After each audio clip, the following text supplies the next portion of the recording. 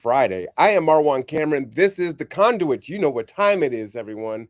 You know that this is going to be a very special episode. Oh boy, I need you to put your seatbelts on, put your seat trays up. We are about to come in for a landing, and I promise you it's going to be bumpy. Man, if you have been on Facebook, if you have been watching City Council at all, you know what's been going on. If you have been driving at all throughout Bremerton, you know that we have a serious issue on our hands. Now, you know that it is not unique to Bremerton or Kitsap. This is a nationwide issue. Now, of course, we are the richest nation, in the history of mankind, and there's no need or no excuse for this situation to exist or persist.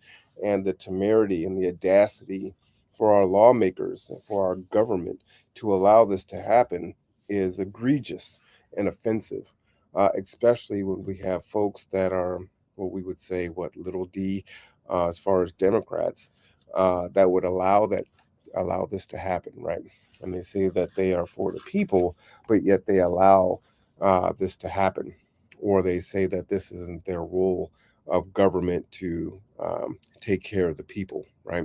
But we say our Constitution is we the people, but yet government is not working for all of us.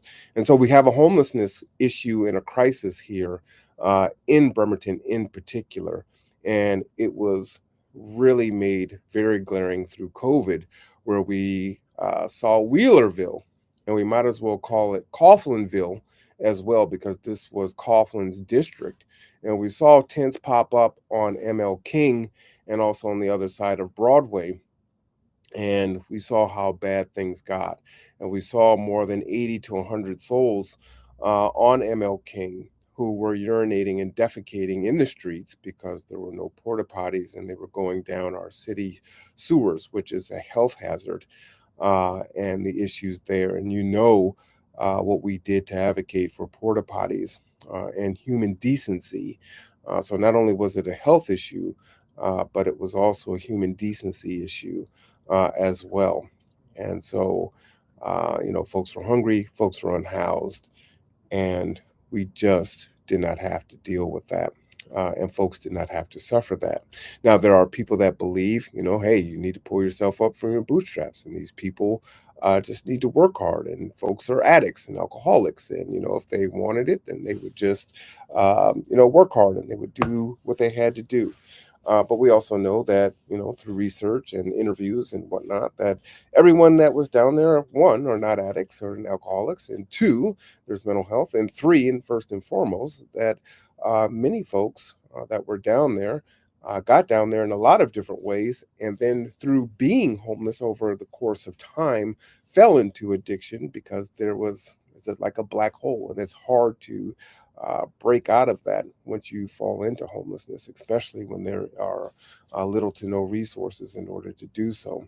And so there's a lot of different things that are there. And so it's like, well, hey, why should they get a home and for free when I have to work hard and I have to pay for a home?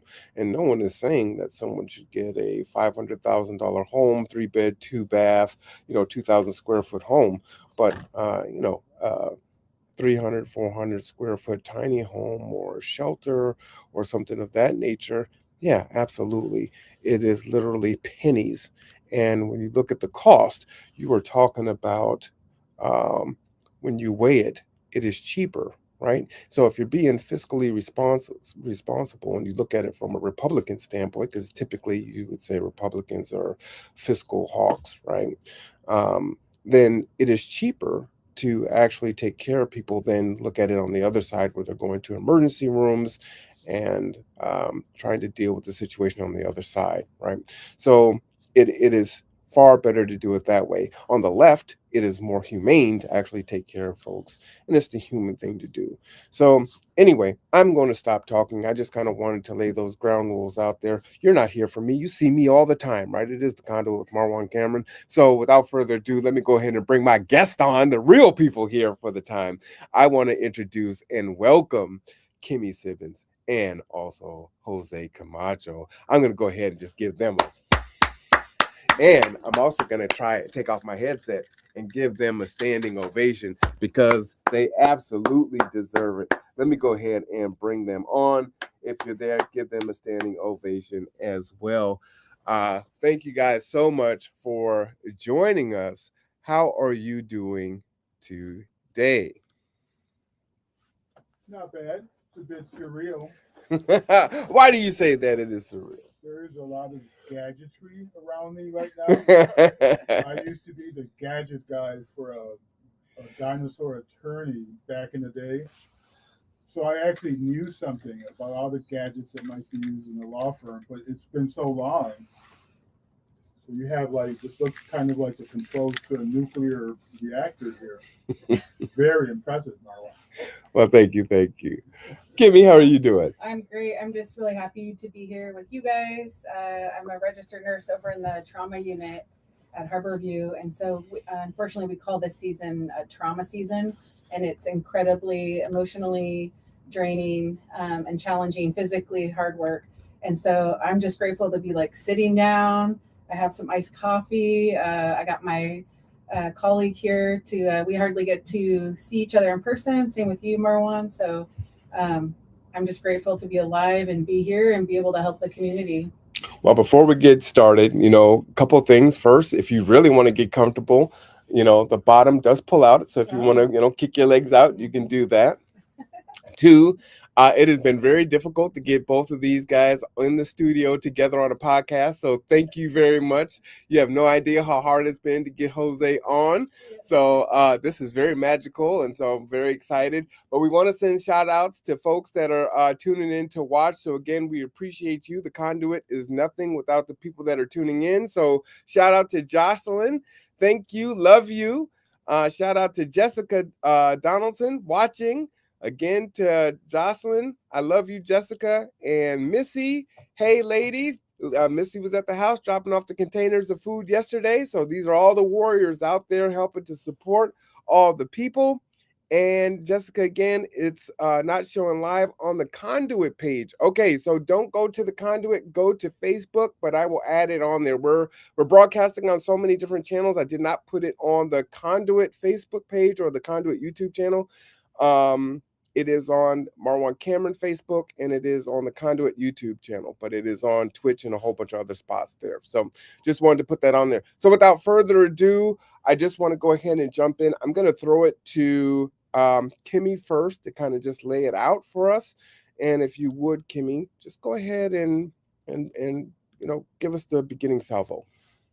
All right. So I'm going to, I guess we could talk about things that are happening right now, because there's been things regarding homelessness in this community and across the nation, for millennia, probably since the beginning of time, there's been homeless people. But right now in our town, we have an opportunity where partners have gotten together and purchased land to place a homeless shelter. And the thing to really understand about that is that we've never had a true homeless shelter with wraparound services like this. So people who perhaps are scared of a shelter, they have a really valid point, because it is scary what we're seeing, because we don't have the proper shelter or the resources to help in this very nuanced and complex situation. Homelessness in general, the overwhelming umbrella, you can say, one of the main denominator in all of the issues that we see is really traced back to affordable housing, which we have an incredible lack of, and is just, we see this across the country. You can't deny it if you're looking around with your own eyes, right? And so that is a fundamental, huge reason, right? But there's also other things that contribute to homelessness, and I don't think those issues are talked about enough. I think all homeless are lumped into one category, and so then it makes it seem like that we're not succeeding at helping people. Well, we can't succeed without a shelter, first of all. There's other things that are needed as well, like affordable housing. But in the meantime, while we're waiting for that affordable housing and fighting for it, like we're going to talk about here, how we're trying to, make sure that other socioeconomic groups are thought of when housing is being built. We'll go into that later. What was I going to say? So ultimately, we need a shelter for people to go, because what we see, you guys, on the streets, we've literally been boots on the ground for 10 years, is that people often have these prophylactic or preventable reasons for being homeless, and they're not getting addressed. And so then people are coming out, they're coming out to the streets. And yes, what you do see, what you see in regards to the drugs and whatnot, and the disparity and the sorrow on the streets, that is directly related to like somebody that's down on their luck. There's no hope. You're getting criminalized. You're getting charges, which is going to make reintegrating into society harder, right?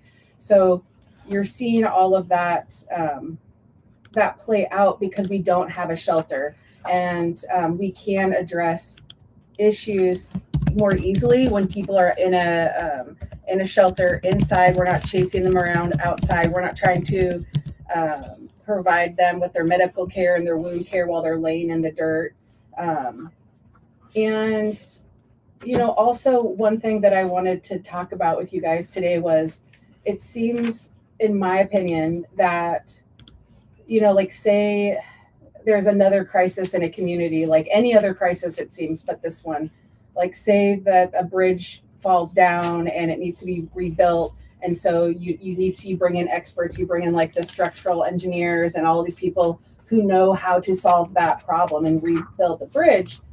The difference we see in this crisis is that it seems like people come in who have absolutely, and we often call them NIMBY, not in my backyard, not to be derogatory, but that is what people are called, who sort of come out of left field and try to stop or prevent a shelter from being built, try to stop people who have the expertise on how to manage multiple different nuanced issues that people have. And so it's just always like really interesting to me to think about how we allow that to happen. And sometimes politicians even encourage it, and the wealthy encourage it, because it's like they're trying to keep us fighting the guy next to us, or they're trying to keep us fighting the guy below us.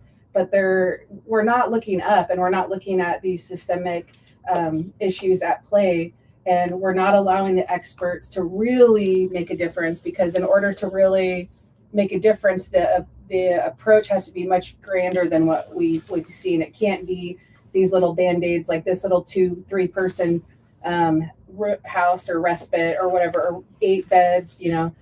We're growing. We have to grow with the population. There's always going to be a poor class wherever you go in society, at least under the current systems, I guess, that we have. And so we have to learn and see that we are being manipulated in a way to be against one another, when we all have the same thing in mind, which is creating a more healthy and equitable community for everybody, the rich, the middle class, the poor, the extremely poor. And if basic needs are not met, then we will see what we're seeing now. And so basic needs are not being met for many, many years. And I just want to encourage people to, write letters to the city and to the planning commission, show up at these meetings and show your support for a shelter, and don't fall victim to people spreading false narratives. And we can talk about more of what that might look like. But in general, we really do need a shelter. And there are things under the surface that you're not privy to that are happening in a government level that are making it happen. And I'm told by most all politicians I've ever spoke with, I'm told, not to really dig into it. Don't go into the weeds. Don't look into this too hard. Just smile, get along with each other, and go to, I'll scratch your back, you scratch mine. But I think people do deserve to go into the weeds and see who they're voting for. I'll just give one example, that council member who consistently says how poor she is. And then we come to find out through public records that she owns like a luxury vacation home in Hawaii. And so why is that important? It's not just for the shock value. It's not just to be funny. It's so important for people who are voting to know who they're voting for. Because if you live in one of the poorest districts in the entire state, right, you want to know who you're voting for. And if someone says they're poor, that's probably why you voted for them, because you thought, well, maybe she's going to have my best interest in mind, when we're finding out otherwise. So we are just trying to bring the truth to light so people can make their best decision, no matter what that decision is. I'm not telling you which way to think, but I believe we need to provide you with all of the information and not omit it like we're seeing done at a higher level. Kimmy, what I want to do is really take some time here, because what I have found, and I appreciate all the work that you both have done, and I follow it. I cover city council meetings, but unfortunately I find it difficult to follow what you guys put up. Yeah. And so I think this would be really helpful for everyone if we just have a slow discussion about what is actually going on and what has happened. I think this would be very enlightening for everyone to roll it out. But what I want to do is first answer the questions that are coming in. And so the first question is it a homeless shelter or a tiny home community? And thank you for your questions. Please keep them coming in the chat. So that's a tricky question. It's all of the above. However, what the people who bought the land are trying to do, and then just a disclaimer, I don't represent any of them, so always fact check me. I do all my research. You can do your own too. I don't have any special privileges or get any special information that's not publicly available. So at all of they did multiple presentations for the last year, and at least a dozen that I know of, and they presented the whole thing in a PowerPoint. We can send that link. I'll send that link after I'm done explaining it. That shows you sort of the ultimate vision. And the vision included a larger congregate shelter, right? Like it's you think of if you've ever toured the one over in Port Orchard on Mile Hill Road, where it's like an enclosed, it's all inside, everything's inside. It's like a huge congregate shelter. And then there was another layer. There was going to be these pallet tiny house villages. That's like a different level of stabilization and housing. And then there was going to be a third level, which was going to be this affordable housing, like a normal, typical apartments that you see around, right? That are deeply affordable, not dependent on like the AMI, which is a different discussion. So it would be more fairly priced to actual people who live here in this community, who on average make like $64,000 a year. So the rent would be deeply affordable for people there as well. So it would be this incredible center that we've never been offered before, that not a lot of other areas have been offered before, to have this one location that could contain all of it, be completely fenced, 24-hour security, no alcohol, no drugs, no weapons. I mean, stricter rules than all the neighbors around, right? It's very monitored cameras, like it's like so secure compared to what we're doing now. It's just so dangerous, and just having people's suffer on the streets. And so I will post the link to like the overall vision. But what's happening, you guys, is the city initially, before House Bill 2266 passed, the city initially was blocking it using these bureaucratic roadblocks, which includes like a massive amount of like design permitting requirements that are exhausting. Like you couldn't do them. You couldn't live up to these standards, like standards that maybe some luxury apartment would live up to, not a basic square shelter, right? And so then they were like, shoot, we got to stop because they're really pushing back. The city's really making this hard. We're getting the vibe, that we got to pivot. So then they pivoted to their second project that wasn't supposed to happen until a different stage. And they're like, well, let's build this pallet shelter.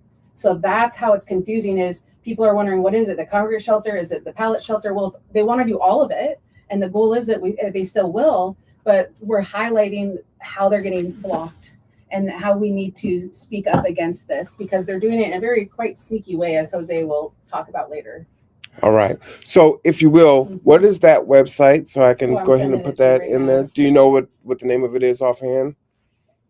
The show. Well, it's like from study notes. It's like so like agenda packets. Oh, okay. It's an agenda packet. So Jose has it here. I'll send. Do you All want right. to send it, or? Well, why don't you send it, Kimmy, and then we can go ahead and throw it to Jose. So Jose, give us a how did this come to be? BHA was looking at this property. Can you kind of lay that out for us? How they came across this property? Do you know the history on that? I can tell you what I know, and what I know, because I think I've spoken to Joe Crane once, and I saw a presentation he gave at a Jane Rebalowski town hall. And it was excellent. He's a really good speaker. He does have a real grasp of what they're trying to do. But most of my knowledge is from Public Record Act requests. And the last batch I actually got June 30, and because they're voluminous, it takes me a while to go through them. So these I actually have put in the July packet of the Planning Commission meeting as attachments, as exhibits to my comments in that process. So this is what we see. We see the BHA doing its thing, but then I shouldn't have been surprised. What we also see is Denise Fry. Let me put it this way. I'll give you the context. January of 2024 is the first vote from City Council voting for the BHA hybrid shelter project. In that January 2024 vote, there was a competition of 3 alternatives. The mayor's, Oyster Bay, Eric Younger had this little weird thing, kind of middle of the ground, I believe. And then there was the BHA shelter. The council voted for the BHA alternative shelter. And in fact, Denise Fry was very enthusiastic at that time. And she even expressed her support not only for the BHA shelter, she expressed support for a shelter site in the future being located in her district. Mm-hmm. She actually said that. She cited to the Swing Set Mall, which is in Harrison Heights. So she actually approved, theoretically, a shelter site in her district. Short of a year later, December 2024, again, the council voted for that shelter, and they did so in order to obligate ARPA funding to that project. This was a requirement. If they did, slow down. What is ARPA funding? Explain that. It's basically COVID funding. Okay. It's from that era. They hadn't done anything with it. The U.S. Treasury requires that if you're going to use all of your ARPA funding before it dissipates from non-use, a city council has to make the adult decision. City council is the only body in government that can improve funding, right? They control the purse strings, the approval or denial. U.S. Treasury rules say if you really want to use this ARPA funding, you're going to have to obligate it to a specified, described project. Once you obligate it, we'll know you're serious. And then essentially, you're stuck with that obligation. It is a contractual thing. Obligation in the U.S. Treasury world basically means it's a formal, conclusive decision. And for that reason, the preferred method is a contract. So they did not lose that ARPA funding. Council voted to approve an interlocal agreement between the city and the BHA. And of course, the BHA has their nonprofit partners. So that actually is setting it in stone, right? So council voted for it twice. And so what we see after that second vote, the emails show, and they are part of my comments in the July Planning Commission packet. We see Denise Fry reach out to Jack Paul. Jack Paul is a Sound West Group partner. They are the Fat Cat developers in town and the region. Denise Fry says, Jack, thank you for agreeing to look at that Sheridan site. Can you please give me the calculations for how much revenue loss that would be represented if a nonprofit takes over that site? So that's 2 months after she voted for the BHA shelter. So what she is doing is starting to create a phony argument that if the BHA occupied that site, there would be some tax revenue loss to the city, okay? A month after that, she is reaching out to Andrea Spencer. So this is Denise Fry, and Andrea Spencer is the director of the Department of Community Development. She heads the agency that does both permitting and also creates development regulations. And basically the one in charge of regulating and having oversight over land use decisions. So she reaches out to Andrea Spencer, and for one, the really important thing to do when she does this is there is no reason for any council member to reach out directly to Andrea Spencer outside of public view. And how do you know these things, Jose? This is an email. An email. This is an actual email. Okay. It's dated. So this is a March 2025 email from Denise to Andrea Spencer, and she says, Andrea, the BHA does not, they want this kept in confidence. So I have to ask you to respect that. So Denise Fry knows that this is confidential information, and she divulges it to Andrea Spencer.